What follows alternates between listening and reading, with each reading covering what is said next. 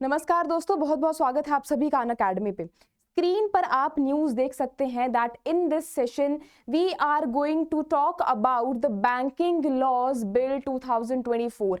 सो basically idea क्या है कि जो हमारे बैंकिंग लॉज थे उनमें कुछ अमेंडमेंट्स लाई गई हैं। अब ये जो अमेंडमेंट्स है इनका क्या है, बैंकिंग सेक्टर के ऊपर कैसे इफेक्ट पड़ेगा, बैंकिंग सेक्टर को कैसे मोल्ड करने की कोशिश करी गई है। बट बैंकिंग सेक्टर की जब भी बात आती है या फिर जब भी हम अपनी इकोनॉमी में कोई भी चेंजेस की बात करते हैं तो उसका इम्पैक्ट एक आम नागरिक के ऊपर भी पड़ता है। सो बेसिकली आज की वीडियो में आइडिया क्या रहेगा कि हम देखेंगे कि ये जो बैंकिंग अमेंडमेंट लॉज है, बेसिकली जो हमारे बैंकिंग में जो लॉज हैं उनके अंदर क्या क्या अमेंडमेंट्स लाई गई हैं और उसका आम नागरिक के ऊपर क्या फर्क पड़ेगा और हमारी इकोनॉमी के ऊपर क्या फर्क पड़ेगा and what will be its impact on our banking system. So यहाँ पे हमारे जो हमारे फाइनेंस मिनिस्टर है उनका आइडिया क्या है या फिर उनका कहना क्या है कि हम अपने बैंकिंग सेक्टर को स्टेबलाइज करने के लिए ये जो स्टेप है वो ले रहे हैं and you have to remember it that it has been passed in the Lok Sabha. अब यहाँ पे आपको पता होगा कि बहुत सारी चीजें ऐसी हैं, बेसिकली अगर मैं बात करूं हमारे कोविड टाइम के बाद भी जो चीजें हैं वो बहुत बदली है। हमारी जो इकोनॉमी है वो बहुत ज्यादा डिजिटलाइज हुई है। हमारी जो इकोनॉमी है, हमारी जो इंडिया की इकोनॉमी है वो एक नया फेज ले रही है। सो उसी हिसाब से हमारे जो बैंकिंग लॉज है या फिर जो हमारे बैंकिंग लॉज हैं उनको चेंज करने की, उसी हिसाब से उस तरीके से मोल्ड करने की कोशिश करी गई है and it is one of the best steps that has been taken by the central government. अब चीजें क्या है कि हमारे पुराने टाइम पे जो भी डिसीजंस लिए गए थे या फिर आप बात करो कि हमारे जो पुराने टाइम पे जो भी स्टेप्स लिए गए थे वो उस हिसाब की इकोनॉमी को देख के जो स्टेप्स है वो लिए गए थे या फिर जो लॉज हैं उस हिसाब की इकोनॉमी को देखकर बनाए गए थे। बट अगर मैं कंपेयर करूं हमारे पहले वाले टाइम की या फिर अगर मैं बात करूं हमारे आज के टाइम की तो बहुत फर्क है। सो आज के टाइम के हिसाब से हमारे जो लॉज है फिर यू कैन से कि जो सर्विसेज है that banks provide to people उस हिसाब से चेंज होने चाहिए। सो बेसिकली आज की वीडियो में हम क्या कवर करने वाले हैं, हम लॉस के बारे में देखेंगे, इसका इंपैक्ट किन किन इंडिविजुअल्स के ऊपर पड़ता है वो देखेंगे और किन किन एक्ट्स में चेंज आया है वो भी देखेंगे। But before starting it, one good news for all of the aspirants here is कि अगर आप एक इंडिविजुअल हैं या फिर एस्पिरेंट हैं हु इज प्रिपेयरिंग फॉर 2026 और 2027, तो यहाँ पे Unacademy has launched fresh batches for you, जहाँ पे आपको इंग्लिश, चाहे आप इंग्लिश के स्टूडेंट हैं, इंग्लिश मीडियम की स्टूडेंट है तो आपको एक होलिस्टिक कवरेज वहाँ भी दी जाएगी, या फिर अगर आप कंप्लीट इंग्लिश मीडियम के स्टूडेंट हैं तो आपको वहाँ पे भी एक हमारे जो सिलेबस है उसकी होलिस्टिक कवरेज करवाई जाएगी। ठीक है, बट यहाँ पे एक अच्छी चीज क्या है कि you can afford it at very affordable rate. आप अगर इसको परचेज करते हो तो आप 1200 पर महीने के हिसाब से आराम से इसको खरीद सकते हो और अपनी प्रिपरेशन को एक नया मोड़ दे सकते हो। ठीक है, अब हम बात करेंगे कि हमने बात करी कि जो बैंकिंग अमेंडमेंट एक्ट है इसमें कौन कौन से प्रोविजन जो है वो इंक्लूडेड है। तो बच्चे आपको हमेशा सबसे पहले ये चीज याद रखनी है कि यहाँ पे नॉमिनीज में चेंज लाया गया है। ठीक है, हमारे जो नॉमिनीज है उनमें इंक्रीज करा गया है। बट नॉमिनीज, अब यू विल आस्क मी कि मैम नॉमिनीज अब यहाँ पे क्या शब्द है। So you might know this thing कि जब भी आप कोई भी बैंक में डिपॉजिट करते हो या फिर आप कोई भी एक्टिविटी करते हो बैंक में, basically that is related to your finance या फिर that is related to your deposit, तो वहां पे क्या होता है कि आपके साथ साथ आपके नॉमिनी का नेम भी लिखा जाता है। बट आपको ये चीज याद रखनी है कि पहले क्या था, नॉमिनी जो है वो एक ही नॉमिनी आप लिखवा सकते थे, और अगर आपने देखा होगा कि ये कोविड टाइम के बाद इस चीज ने बहुत ज्यादा इंपैक्ट करा है हमारे इंडिविजुअल्स के ऊपर भी और हमारे बैंकिंग सेक्टर के ऊपर भी। But now this has been changed to 4, this has been change to 4। अब ये कैसे इंपैक्ट करेगा हमारे बैंकिंग सेक्टर को और एक आम नागरिक को भी, ये हम आने वाली स्लाइड्स में कवर करेंगे, एक होलिस्टिक कवरेज करेंगे। नेक्स्ट अगर मैं प्रोविजन की बात करूं तो यहाँ पे देखा गया है कि हमारा जो सब्सटैंशियल इंटरेस्ट है उसको एनहांस करने की कोशिश करी गई है। अब सब्सटैंशियल इंटरेस्ट क्या है कि आपका एक इंटरेस्ट कितना है एक कंपनी के अंदर, या फिर अगर मैं बात करूं हमारे बैंकिंग सेक्टर के अंदर तो आप उस कंपनी में कितना इंटरेस्ट रखते हैं, that is known as substantial interest. Now it has been increased, ये भी हम होलिस्टिक कवरेज करेंगे हमारे आने वाली स्लाइड्स में। बट यहाँ पे हम क्या देख रहे हैं, क्रक्स देख रहे हैं। सो बेसिकली प्रोविजन जो है वो कौन कौन सी दी गई है। नेक्स्ट क्या है, अनक्लेम्ड जो डिपॉजिट मैनेजमेंट है उसको भी प्रॉपर मैनेजमेंट जो है वो इसमें ट्राई करी गई है करने की। नेक्स्ट क्या है, reporting flexibility and cooperative bank governance में भी ये हेल्प करेगा। ठीक है, अब ये जो चीज याद रखने वाली है वो ये है कि कौन कौन से ऐसे एक्ट्स हैं जिनमें चेंज लाया गया है। तो सबसे पहले जो कि हम स्टैटिक पोर्शन में भी पढ़ते हैं, if you are a serious IAS aspirant, अगर आपने देखा होगा चीजों को, तो आपने आरबीआई एक्ट 1934 के बारे में सुना होगा। तो यहाँ पे जो चेंजेस लाए गए हैं वो आरबीआई एक्ट 1934 में चेंजेस लाए गए हैं। नेक्स्ट जो एक्ट है द बैंकिंग रेगुलेशन एक्ट 1949, इसमें भी चेंजेस लाए गए हैं। हमारा जो एसबीआई एक्ट है 1955, इसमें भी चेंजेस लाए गए हैं। Banking companies acquisition and transfer of undertaking act 1970, इसमें भी चेंजेस लाए गए हैं। And the banking companies acquisition and transfer of undertakings act 1980, इसमें भी चेंजेस लाए गए हैं। And you have to remember that 19, ये जो प्रपोज करे गए हैं वो 19 अमेंडमेंट्स हैं। ये जो 5 एग्जिस्टिंग लॉज हैं हमारे, उसमें कितने प्रपोज करे गए हैं? हमारे 19 अमेंडमेंट्स जो है वो प्रपोज करे गए हैं। And this is very important from your examination perspective and in general also, ठीक है। तो यहाँ पे एक्ट्स जो है वो बहुत इंपॉर्टेंट हो जाते हैं आपके लिए जब भी मैं बात करती हूँ किसकी, आपके एग्जामिनेशन पर्सपेक्टिव से या फिर आपके स्टैटिक पोर्शन के पर्सपेक्टिव से। अब हम यहाँ पे चीज देखेंगे कि मैंने बात करी थी कि जो नॉमिनीज हैं उनमें चेंज आया है। बट पहले क्या होता था कि जब भी हम कोई डिपॉजिट करवाते थे बैंक में जाके, या फिर कोई भी हमारे फाइनेंस के रिलेटेड कोई भी एक्टिविटी है, सो उसमें एक सिक्योर पार्ट रखा जाता था कि इन केस इफ अगर मैं जाके कोई भी डिपॉजिट करवा रही हूँ तो वहां पे एक सेफेस्ट पार्ट रखा जाता था कि इनकेस अगर फ्यूचर में मेरी डेथ हो जाए या फिर मेरे साथ कोई भी मिस हैपनिंग हो जाए तो एक नॉमिनी ऐसा होना चाहिए जो कि क्या करे, मेरे हिस्से से पैसे जो है वो निकलवा सके, या फिर वहां पे जो भी डिपॉजिट है वो नॉमिनी जो है वो क्लेम कर सके। बट यहाँ पे आपको पता होगा कि कोविड टाइम पे ऐसी चीजें देखने को मिली थी कि हमारी जो डेथ नंबर है वो भी इंक्रीज हुआ था। अगर हम बात करें हमारे जो कोविड टाइम में बहुत सारे चांसेस या फिर बहुत सारी सिचुएशंस ऐसी देखने को मिली थी कि हमारे नॉमिनी ही जो है वो ही क्लेम करने के लिए रेडी नहीं थी। मैं इस तरीके से कहना चाहती हूँ कि जो हमारा नॉमिनी है अगर वो भी अवेलेबल नहीं होगा तो वो उन चीजों को कैसे क्लेम करेगा। सो यहाँ पे आइडिया क्या है कि नॉमिनी का जो रेट है, मतलब पहले क्या था हमारा एक था, now it has been increased to 4, यहाँ पे it has been increase to 4। So basically यहाँ पे क्या आइडिया है कि अगर जहाँ पे पहले एक था तो यहाँ पे चांसेस जो है वो कम थे। यहाँ पे जो कोविड टाइम पे मैंने आपको स्पेसिफिकली बताया कि कोविड टाइम पे ऐसी सिचुएशन देखने को मिली थी कि नॉमिनी जो है वो भी क्लेम जो है वो नहीं कर पाता था।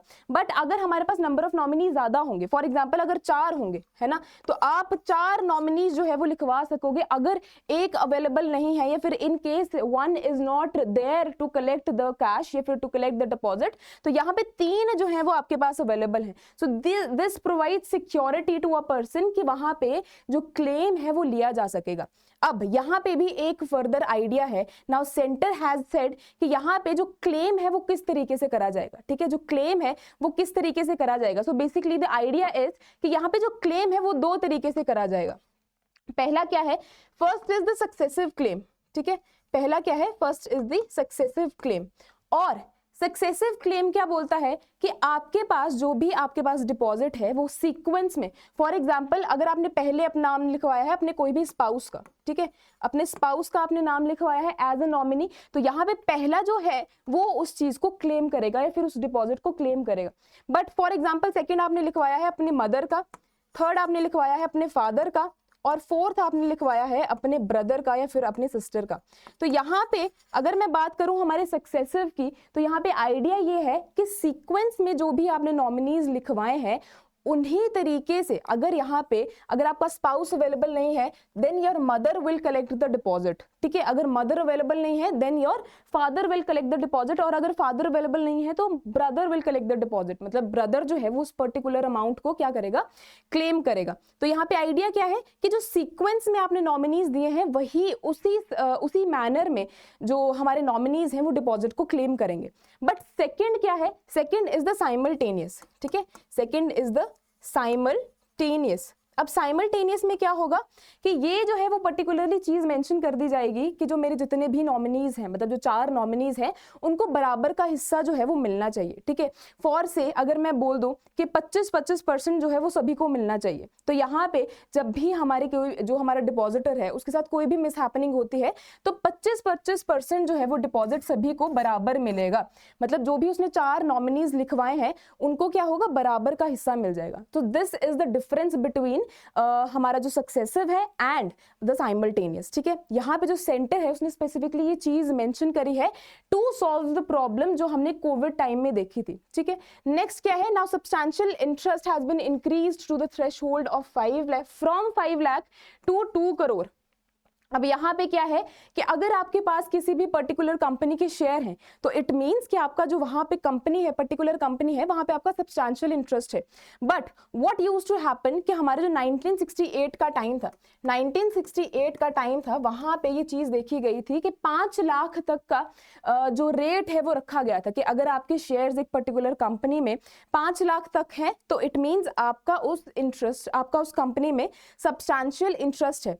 बट अगर हम आज का टाइम देखें तो 5 लाख जो है उसकी उतनी वैल्यू नहीं है। अगर हम आज के हम आज की महंगाई के हिसाब से देखें, इन्फ्लेशन के हिसाब से देखें, तो आज के टाइम पे 5 लाख का वैल्यू उतना नहीं है। So is the reason that centre has increased it to 2 crore. अगर आपका एक पर्टिकुलर कंपनी में क्या है 2 करोड़ तक का अगर आपके शेयर्स आपके पास अवेलेबल हैं, या फिर अगर आपका उतने जो हमारे उस पर्टिकुलर कंपनी है उसमें इंटरेस्ट जो है आपका है 2 करोड़ तक का, तो आपका क्या बोला जाएगा, जो आपका इंटरेस्ट है that is substantial in nature, ठीक है। 2 पॉइंट्स जो है वो सभी को क्लियर है। नेक्स्ट क्या है, नाउ रिपोर्टिंग डेट जो है वो शिफ्ट हो गई है कितना, 15th and last day of each month. पहले क्या होता था, हमारा फ्राइडे जो थी that was the date, but ना यहाँ पे क्या है, जो रिपोर्टिंग डेट है now it has been shifted, ठीक है। नेक्स्ट क्या है, जो टेन्योर है हमारे डायरेक्टर्स का, हमारे कोऑपरेटिव बैंक्स में जो टेन्योर है किसका, डायरेक्टर्स का, that has been extended from 8 to 10 years, ठीक है। ये भी जो चीज है आपको ध्यान में रखनी है कि जो डायरेक्टर्स का जो टेन्योर है वो भी बढ़ के क्या हो गया है, हमारा 8 से लेके हमारा 10 साल तक जो है वो इंक्रीज हो गया है। और एक और चीज जो हमारे जो फाइनेंस मिनिस्टर है उन्होंने स्पेसिफिकली मेंशन करी है कि जो हमारे हाउस होल्ड सेविंग्स है, जो हमारे हाउस होल्ड सेविंग्स हैं उनमें भी डिक्रीज देखने को मिला है from 55% to 40% which is a good thing. अब यहाँ पे स्पेसिफिकली गवर्नमेंट का क्या बोलना है कि पहले लोग क्या करते थे, ज्यादा से ज्यादा बैंक में सेव करके रखते थे, बट अब हाउस होल्ड सेविंग्स की अगर मैं बात करूं तो वो अपना पैसा निकाल के कहाँ पे कर रहे हैं, बहुत अलग अलग जगह पे क्या कर रहे हैं, इन्वेस्ट कर रहे हैं। मे बी म्यूचुअल फंड्स में इन्वेस्ट कर रहे हो, या फिर लार्ज कैप फंड में इन्वेस्ट कर रहे हो, या SIP कर रहे हो। तो this is a good news, this is a good sign for our economy कि लोग क्या कर रहे हैं, सेविंग्स जो है अपने, या फिर जो बैंक में पैसे जमा करवाते थे बैंक से हटके कहाँ करवा रहे हैं, अलग अलग सोर्सेज में क्या कर रहे हैं, इन्वेस्ट कर रहे हैं, ठीक है। ये जो पर्टिकुलर चीज है सभी को क्लियर है। अब उसके बाद ये जो अमेंडमेंट है वो क्यों लाई गई है, तो पहला मैंने आपको बताया था कि जो हमारी इकोनॉमी मॉडर्नाइज हो रही है, बैंकिंग सेक्टर को उसकी इक्विवेलेंट चलाने के लिए दिस इज वेरी इंपॉर्टेंट कि हमारे जो लॉज हैं वो भी उसी अकॉर्डिंग चले। So first is the case here कि हमारे जो बैंकिंग लॉज है उसको मॉडर्नाइज करने के लिए, ताकि वो हमारी इकोनॉमी की इक्विवेलेंट चले। नेक्स्ट हमारे पास क्या है, हमारे जो गवर्नेंस है उसको स्ट्रेंथन करने के लिए, बिकॉज अभी मैंने आपको बताया कि हमारे जो 5 लाख का जो हमारे पास फिक्स्ड जो अमाउंट था that was set in 1968, but वो उस टाइम के हिसाब से सेट करा गया था। अब आज के टाइम पे जो वैल्यू है 5 लाख की उतनी नहीं है, so it has been increase to 2 crore. Now you see the difference कि कितना ज्यादा इंक्रीज जो है वो करा गया है। नेक्स्ट क्या है कि हमारे जो अनक्लेम्ड फंड्स हैं उनको एड्रेस करने के लिए, या फिर वो सॉल्यूशन जो है उसको एक पर्टिकुलर प्रॉब्लम को सॉल्यूशन देने के लिए नॉमिनीज में इंक्रीज कर दिया गया है। क्योंकि ये जो प्रॉब्लम है ये फेस करी थी हमारे बैंकिंग सेक्टर ने कोविड टाइम में, कि जो एक नॉमिनी रखा गया था वो भी अवेलेबल ही नहीं थे कि वो डिपॉजिट को क्लेम कर पाए। So this problem has been solved by the central government. But यहाँ पे इम्प्लीकेशन जो है वो अलग अलग सेक्टर्स में क्या क्या पड़ेगा, सो यहाँ पे मेजरली जो इम्प्लीकेशन है वो 3 इंडिविजुअल्स के ऊपर पड़ेगा।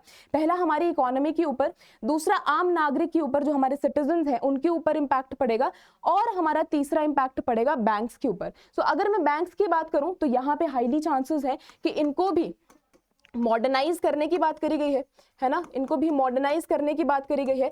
और सेकंड चीज जो कि सबसे ज्यादा इंपॉर्टेंट है, कि जो कि स्पेसिफिकली हमारे फाइनेंस मिनिस्टर ने भी मेंशन करी है, वो ये है कि हम अपने बैंक्स को क्या करना चाहते हैं, हम अपने बैंक्स को स्टेबल करना चाहते हैं, ठीक है। हमारे बैंक की स्टेबिलिटी के लिए ये जो एक्ट है वो लाए गए हैं, जो अमेंडमेंट्स है वो लाए गए हैं, ताकि हमारे बैंक्स भी क्या हो, स्टेबल हो और उनमें भी इंप्रूवमेंट आए। अब जो डिपॉजिटर्स हैं उनको भी आसानी होगी, ठीक है। अब जो नॉमिनी वाली चीज जो स्पेसिफिकली मेंशन करी गई है उससे क्या होगा, उनका इंटरेस्ट जो है वो सेफ गार्ड होगा। जो हमारे डिपॉजिटर्स का इंटरेस्ट है वो क्या होगा, सेफ गार्ड होगा। ठीक है। तो यहाँ पे क्या हुआ, हमने बैंकिंग के इंटरेस्ट को देखा कि जो हमारे बैंकिंग है उनके ऊपर क्या क्या इंप्लीकेशंस होगी, प्लस जो डिपॉजिटर है जो जाके बैंक में जाकर पैसे जमा करवा रहा है उसको भी एक सेंस ऑफ सिक्योरिटी जो है वो आएगी। नेक्स्ट क्या है, हमारी इकोनॉमी के लिए, अब हमारी इकोनॉमी के लिए of course it is a good thing कि जैसे जैसे हमारी इकोनॉमी भी मॉडर्नाइज हो रही है, जैसे जैसे हमारी इकोनॉमी भी बढ़ रही है, अगर बैंकिंग लॉज भी उसी हिसाब से होंगे तो they will go parallel to each other, उनको भी क्या होगा, सपोर्ट होगा। तो ये सब जो इम्प्लीकेशंस है, ये सारे जो इम्प्लीकेशंस है जो मेजरली 3 पार्टीज के ऊपर पड़ते हैं वो हमने देखा कि बैंकिंग लॉज जो है वो किस तरीके से हमारी इकोनॉमी को इम्पैक्ट करेंगे, हमारे सिटीजन्स को, हमारे आम नागरिक को इम्पैक्ट करेंगे और कैसे ये बैंकिंग सेक्टर को भी बूस्ट करेंगे। ठीक है, तो ये जो लॉज हैं these are very important from your examination perspective, और एक आम नागरिक इन लॉज को कैसे देखता है वो चीजें हमने आज के लेक्चर में, आज के हमने सेशन में कवर करी। ठीक है, so meet you in the next session. Till then, take care. Bye bye.